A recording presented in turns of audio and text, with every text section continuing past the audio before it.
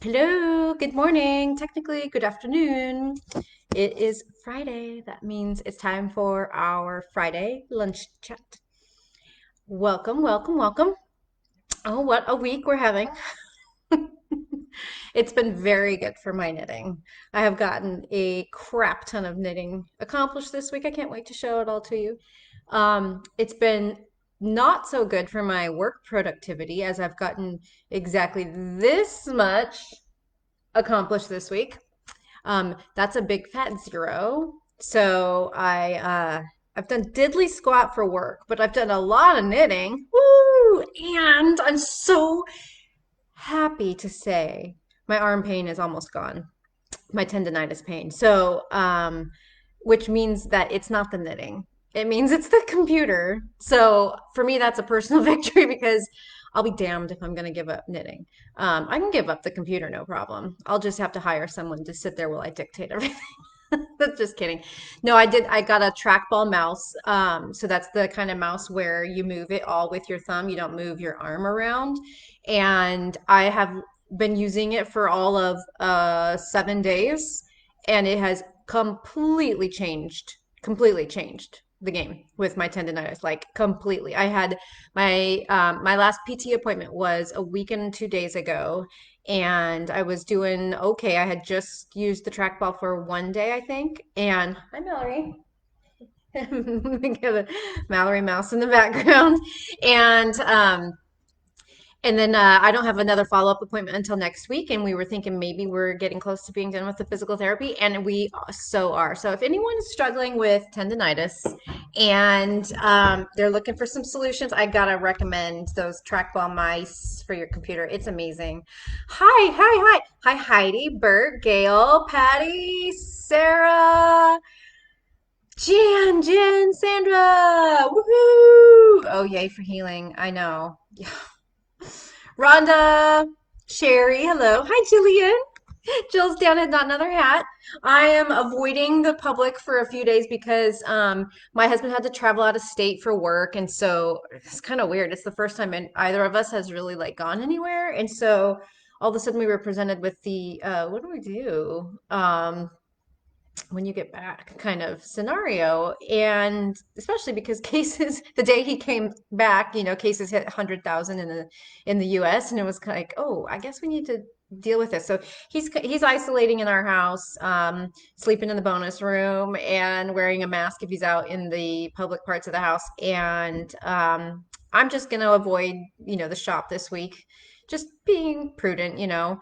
And then he got a test, so we'll see what the results. Once we get the results, we'll know. So, anyways, hello, hi Julia, hi Rita, Sherry. You've been using the trackball mouse for years. It's totally a game changer. I feel really stupid that I have not figured it out before now, just because I have long struggled with hand and arm issues, and yeah, I could have solved this problem a long time ago. I'm sleeping so much better because, of course, the arm.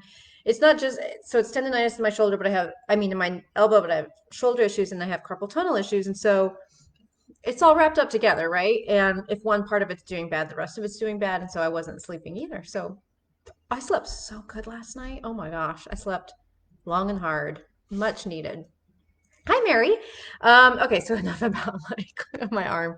So you guys, I just want to make you kind of sick for a second. I'm going to pick my laptop up. I'm at home, obviously. I'm going to swivel it out the window so you can see the color happening outside. Unfortunately, a little fog rolled in across the way since I first got my computer set up about 15 minutes ago, but I think you can still see some of the color. So I'm just going to do this really quick because it's amazing, and I think everybody needs to see the fall color happening out there. How gorgeous is that?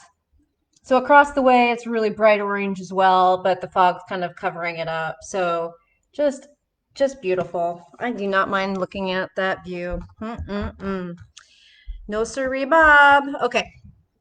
Now that we've had the sightseeing taken care of, I don't know about you guys, but it's been a very big week of knitting in this house. So I'm going to show you all the things that I've done. Oh, hold that thought. Okay, do you remember a couple of live shows ago? I was talking about the entrelac knee highs that I made foolishly a few many, many years ago, like 10 plus years ago. I don't know why I got it in my head I needed to make these socks. They were the cover of Interweave Knits. Uni Jang, I think, wrote the pattern, and they're beautiful. I, I don't have an occasion to wear knee highs. Let's just put it that way. Yeah. Okay, here they are. Can you believe this? Look,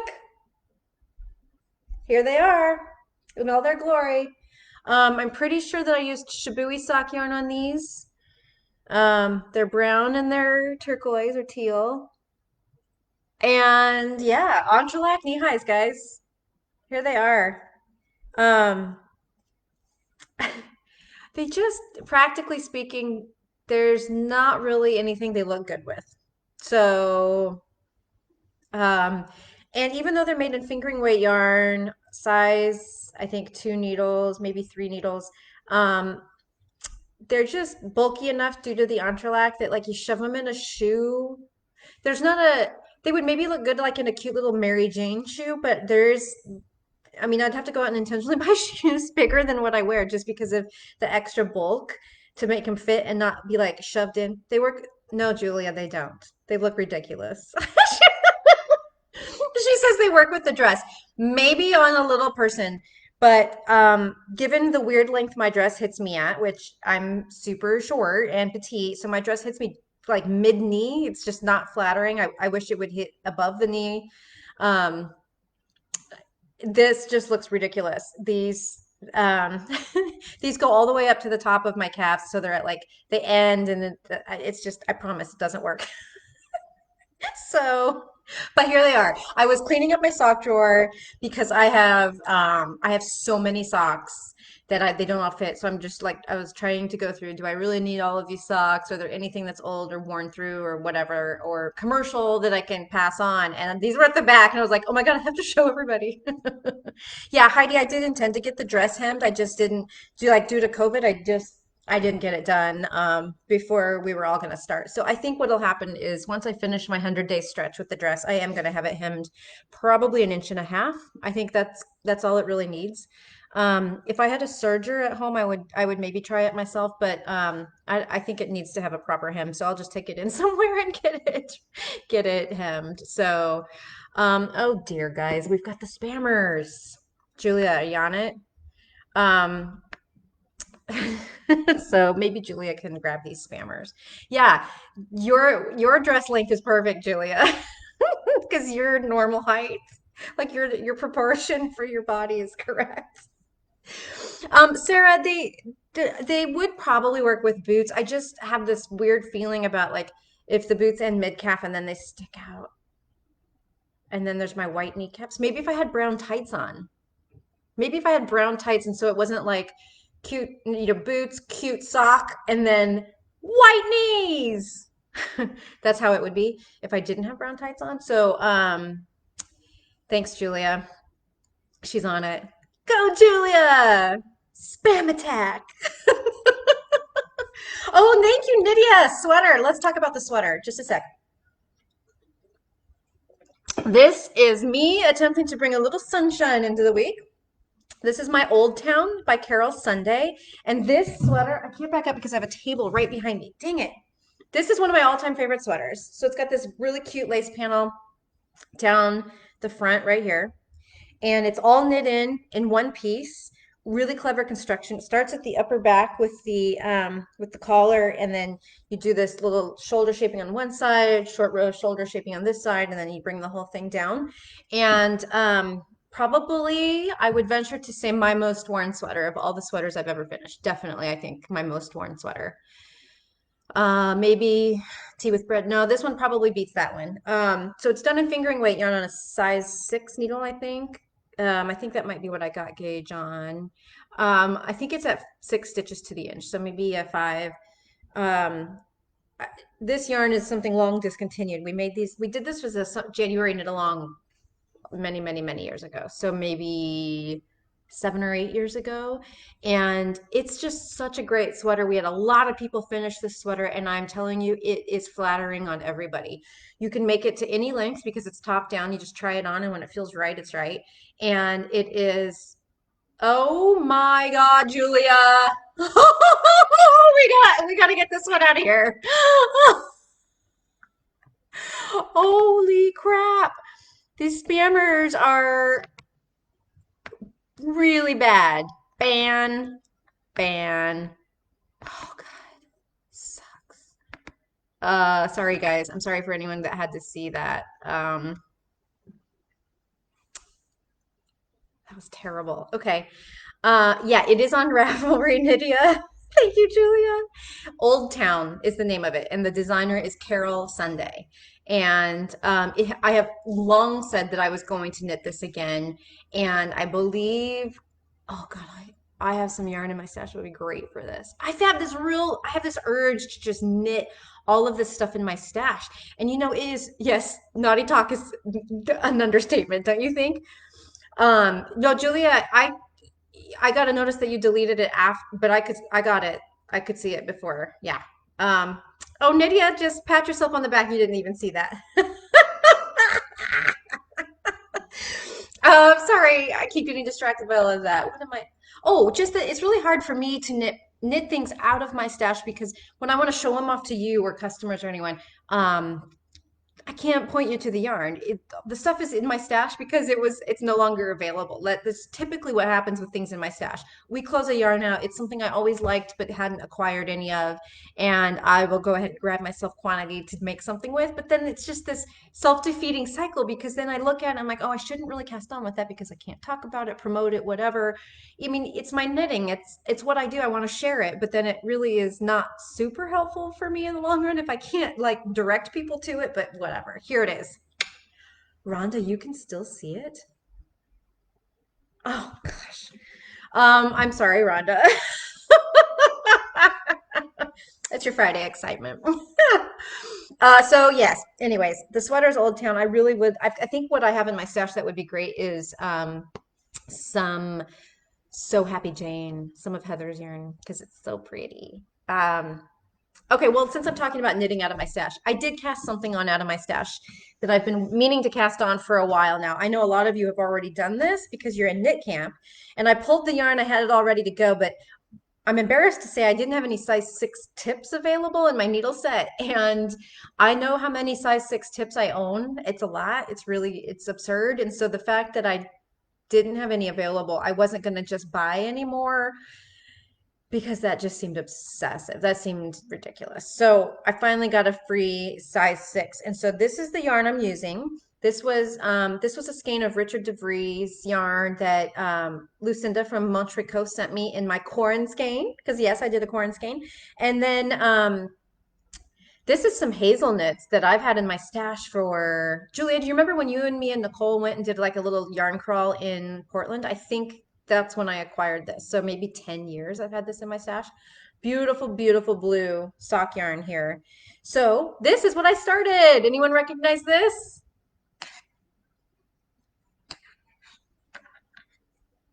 This is Get Me Out of Here from Marie Green. It's a shawl and it's super cute. It's got a really fun little slip stitch thing happening right here. And then it's got this little dot stitch. And I recently organized all of my fingering weight leftovers into little Rubbermaid drawer units. And so they're organized by color. So like all the greens are in one, all the blues are in one, reds, etc. Because I'm using them in the crocheted granny square blankets that I've been making for the last several years. And so it's nice to be able to just open a drawer and see all of one color scheme. And so somebody threw out there, I think maybe in the Knit Camp group, or maybe it was Marie in one of her videos, that you could use a third color if you wanted to on the dots. And I thought, okay, I got all these little tiny balls. Like here's the ball I'm using, little guy. And so I went and I held up my two colors until I found just the one that I thought worked the best with both of them. And so there it is. Get Me Out of Here. I started that yesterday. Wait, what's today? Wednesday. I started this Wednesday. Wednesday. Okay. And on Wednesday, I did major progress on Garden Gate. Look, one sleeve, two sleeve, three sleeve, go sleeve. I have, I pulled a Jill. Jill's always talking about how what she does with sweaters is she gets, once she divides for the arm, divides, gets the sleeves off on a top down, she finishes the skein she's working with, then she moves to the sleeves, finishes the sleeves, then she comes back to the body. I am a body first girl. I always finish the body first, then I go and hit the sleeves. But as you saw with my soundtrack, took me a little while to bust out those sleeves when it was just plain knitting and decreasing. So this time I decided I would give Jill's method a chance, and I am so glad that I did because I've got both of those sleeves now done. Give this guy there we go. And now I just need to cruise on the body. I have probably I think it looks like I have about 4 inches of body left. Then I start some short row shaping, and then I am done. Ooh, ooh, God, I'm so in love with this sweater. If you need a reminder, this is Garden Gate by Knit Love Wool, and I am working in Manos Alpaca Heather, which is a yarn that's on our shelves, not out of my stash.